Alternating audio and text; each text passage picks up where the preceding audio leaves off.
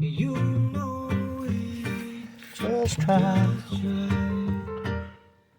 Get on it right now. When the right time When the comes. right time comes, oh yeah, you will be drawing inspiration. What will you do?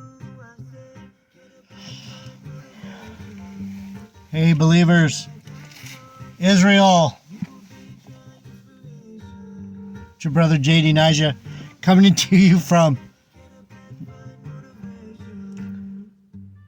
where I live. I'm in the truck. Came home from some time with the woman I'm dealing with, and I didn't get to do a message this morning, so I'm here. I'm going to do a message. So I was going to do a message on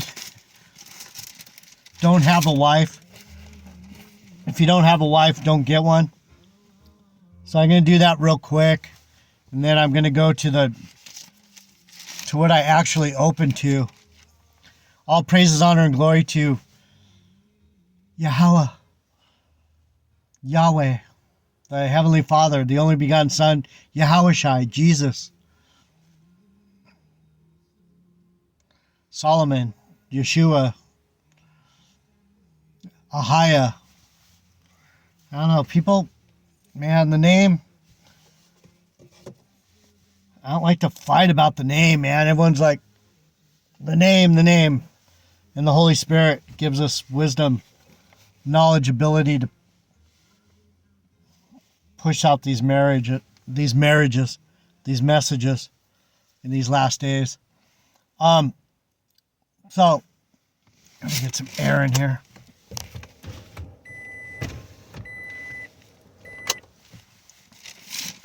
Alrighty. Hey, good to see you. Oh, man. I don't know how much longer I'm going to be able to do this. I've been having heart pains, man. I feel like my heart's going to lock up. I'm going to be one of those died suddenly people. So, I could talk about the balloon and the war and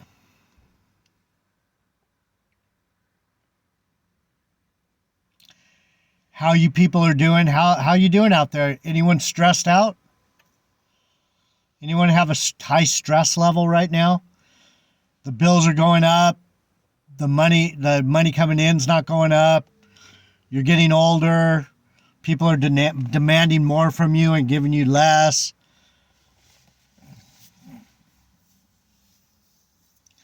They're talking about World War III. They're talking about nuclear DEFCON and all that. It's like,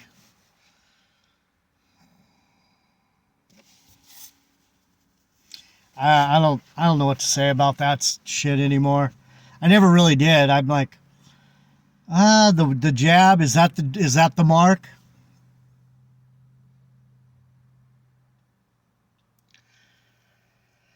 That one guy, Street Ministries for Christ, he thinks the jab's the mark, and the swab, the test is breaking the brain barrier, and we've been infected by the 666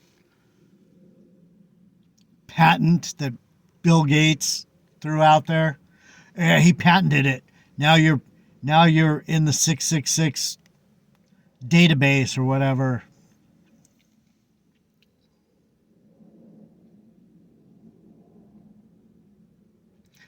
Maybe I did get in the 666. I never took the jab, but I put that swab up my nose, and maybe my ability to care has been taken away. Maybe, I don't know. I still feel like I love the Bible. I still love talking to you people about what the book says. I mean, I'm not as fired up about GMS and their stupid shit, but anyway, in Corinthians it talks about being married.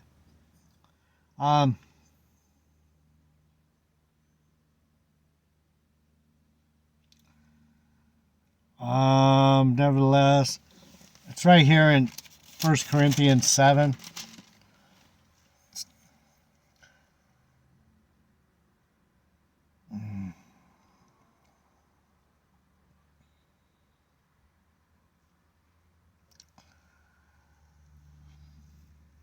Paul's teaching on marriage.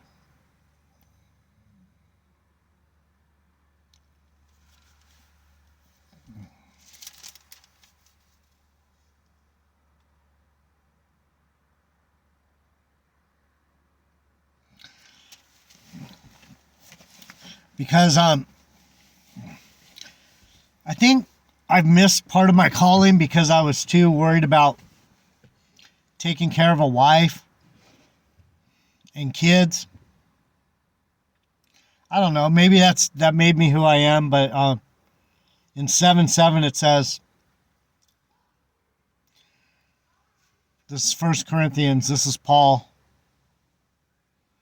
For I would that all men were even as I myself. But every man has his proper gift of God, one after his manner and another after that. I say therefore to the unmarried and widows, it is good for them if they abide even as I. But if I cannot contain, let them marry, for it is better to marry than to burn. That's not the scripture I wanted to get out there, but I was married and I burned, so there's that. I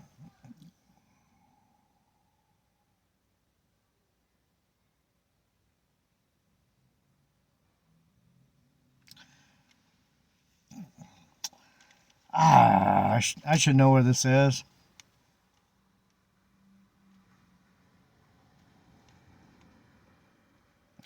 That every man abide in the same calling wherein he was called. Art thou called being a servant? Care not for it, but if thou mayest be free, use it rather. For he that is called in the Lord be a servant, is the Lord's free man. Likewise, also he that is called, being free, is Christ's servant. So I'm free now, and I've done a lot of videos, and I'm free to spend my time doing this, and I love it. And it makes me uncomfortable when I'm not. At least I'm not the best. I don't claim to be the best. I'm here to say, what are we really looking at? Like the thing on the grasshoppers yesterday. What does that really mean? The Lord sees us as grasshoppers, and we saw ourselves as grasshoppers when we were trying to come into the promised land, and the giants saw us as grasshoppers. I'm trying to figure out what that means spiritually. It means we're small. We're not as spiritual as we would hope. I suppose, art thou bound unto a wife? Here we go.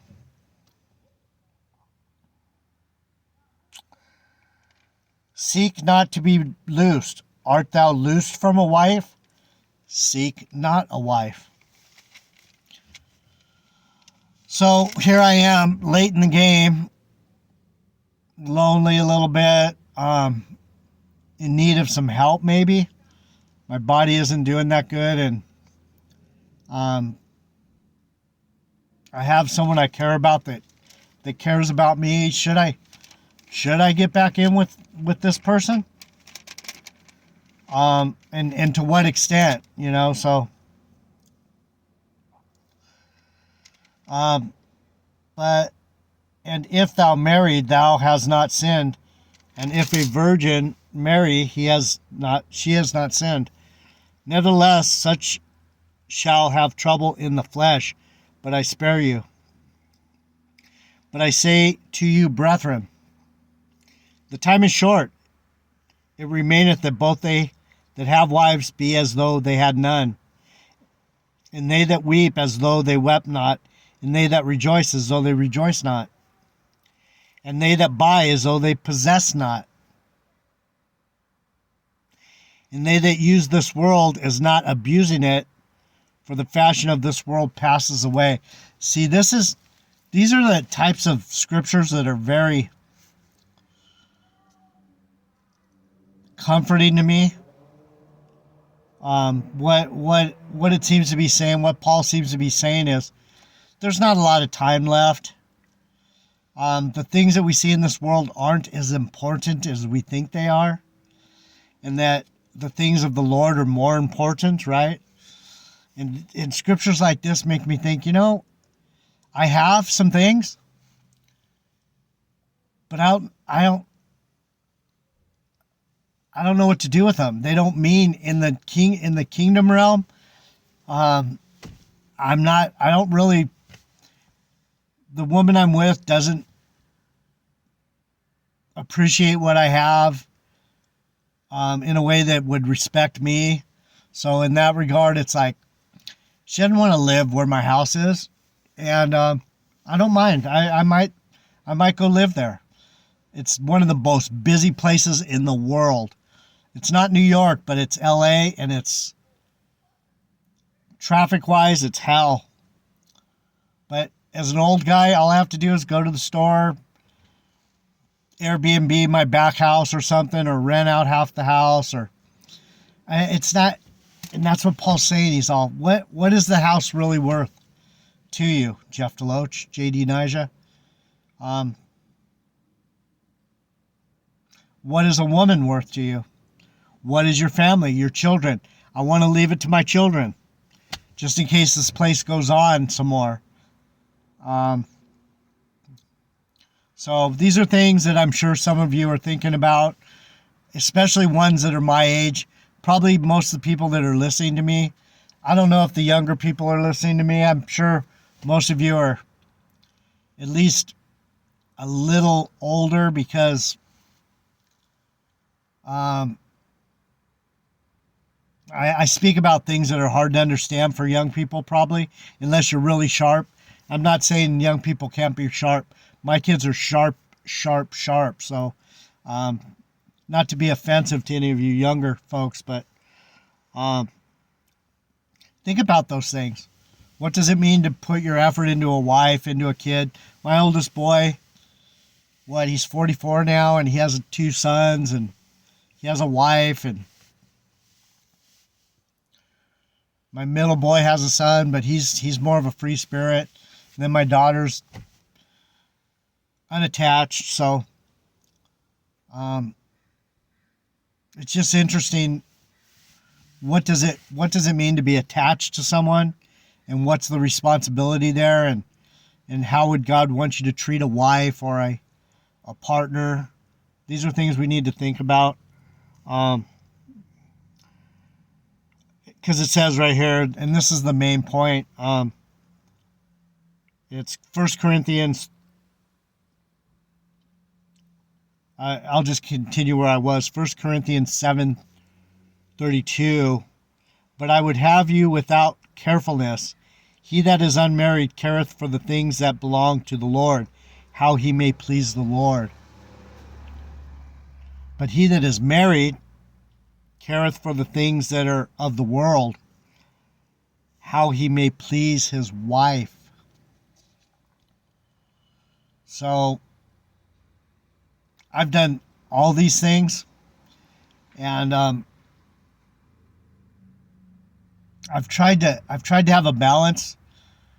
I've had family, I've lost family, I've had children, I've lost children, I've had wives, I've lost wives, I've cared for wives, I've hated wives, I've loved my women, I've fucking hated my women. They've been good to me, they've been really bad to me. So I'm at this point now where it's like,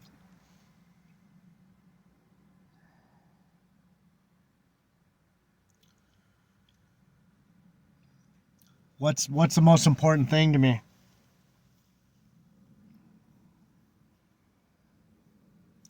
Because a wife is going to cost you a lot of time and effort. So that's that. Let me see how much time I have. All right, so that's half a message, or a lot of a message. I wanted to get that out because that's what's been bothering me lately, is how much effort and what does it mean if I'm gonna put some effort into a wife and I'm gonna love someone. How does the Lord want that to look, you know? And so I have to think about, is this person really going to care for me? Are they going to really be there for me? Is it going to be something that at the end of the day, it's going to be edifying to the Lord and to me and to her too, and to our family? Is it going to be something that's a good example, a good movement, a good motion? Or is it going to be something that I'm going to regret again? That she might have taken me away from my Lord a little bit, or taking me away from myself a little bit, or maybe I need someone to care for me. I don't know. So these are the things that I'm struggling with right now, because this world is getting really. I feel bad for a lot of people. I'm feeling it. I mean, I've always been blessed, and I'm sure the Lord's going to take care of me, and I don't have that high of expectations anymore. So I'm kind of washed up and failing as far as the world's concerned. I'm not that interested, and I don't want to throw that on any of you. I mean, it's probably bad enough some of you are feeling that, going, what the fuck is this place worth, you know? So anyway, what I opened to originally was Charity Never Fails. And we were talking today about how many times I've helped people, showed them the love as a brother, as a friend, as a, you know, someone who could help. And how many times help has come to me.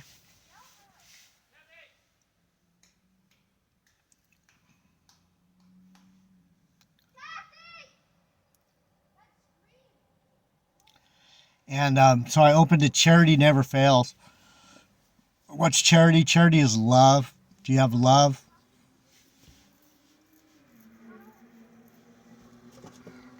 And so let's go through it real quick, and then I'll close out. I'm not going to get too into this, because we all understand what does it mean to love, and when he says charity never fails, the first thing that came to my mind was, you know, no matter how many times I helped someone that didn't help me back, or, you know, I can't expect them to always reciprocate. And the woman I'm with, she has gained more help than has helped other people. But it's not that she doesn't help other people. It's just, is it really love sometimes, or is she trying to put out a certain energy to make people think that she's helpful and loving? You know how some people do that. They're good at, well, I did this for them, and I did that for them, but they really don't feel it. They're just doing it to be able to say they did it. So we think about those things too. What really is love? Why did we do it? What was the intent? Were we expecting something back? Though I speak, charity never fails. 1 Corinthians 13. This is Paul addressing the church at Corinth. Though I speak with the tongues of men and of angels. Though I speak with the tongue of men and of angels. So we're back to that same theme again. Some of you are like, what the fuck is he talking about? He keeps saying he's an angel. And he's saying that Israel is a bunch of angels and we're fallen angels. The more I read the Bible, the more that truth keeps showing itself. it's amazing how some of the things that I say,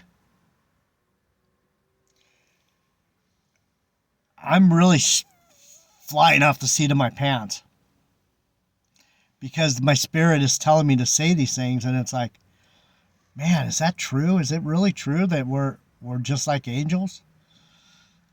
Maybe it's all the years of the Bible. Maybe it's all the regenerations. I don't know. That's the creepy part.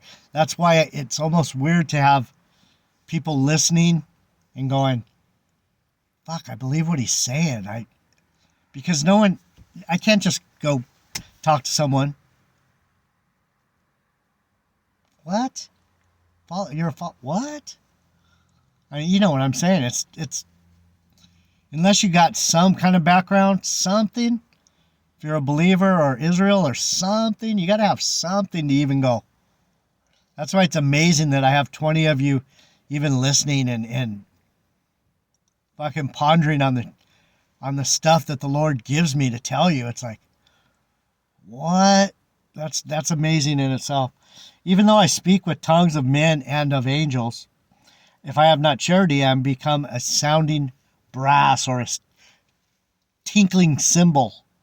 And though I have the gift of prophecy and understand all mysteries and all knowledge, and though I have all faith, so that I could remove mountains, and have not charity, I am nothing.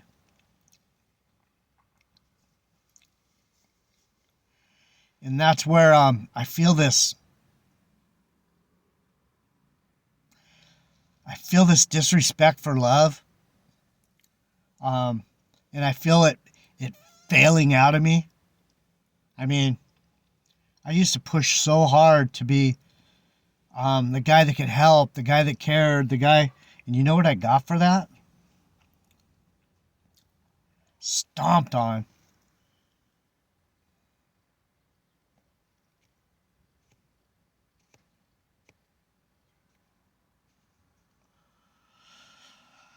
Did I expect too much? Did I expect too much? Maybe.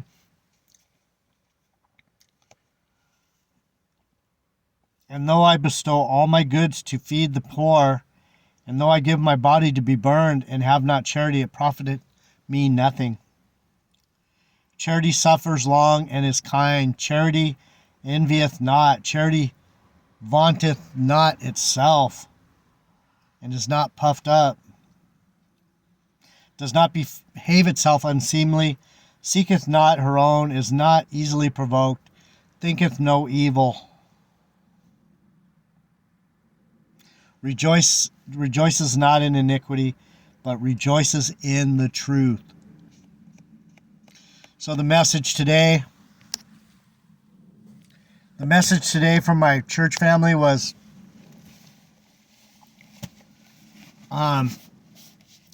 speaking love and truth.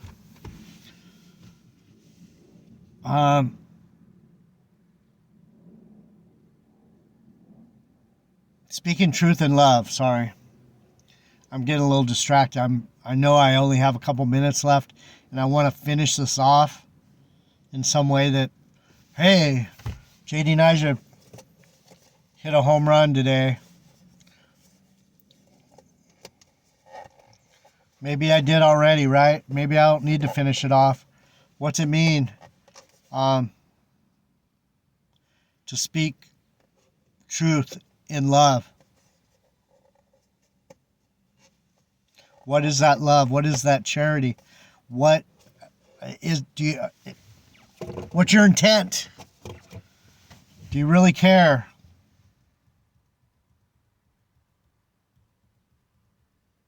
This is your brother, J.D.Marraige, Word of Truth.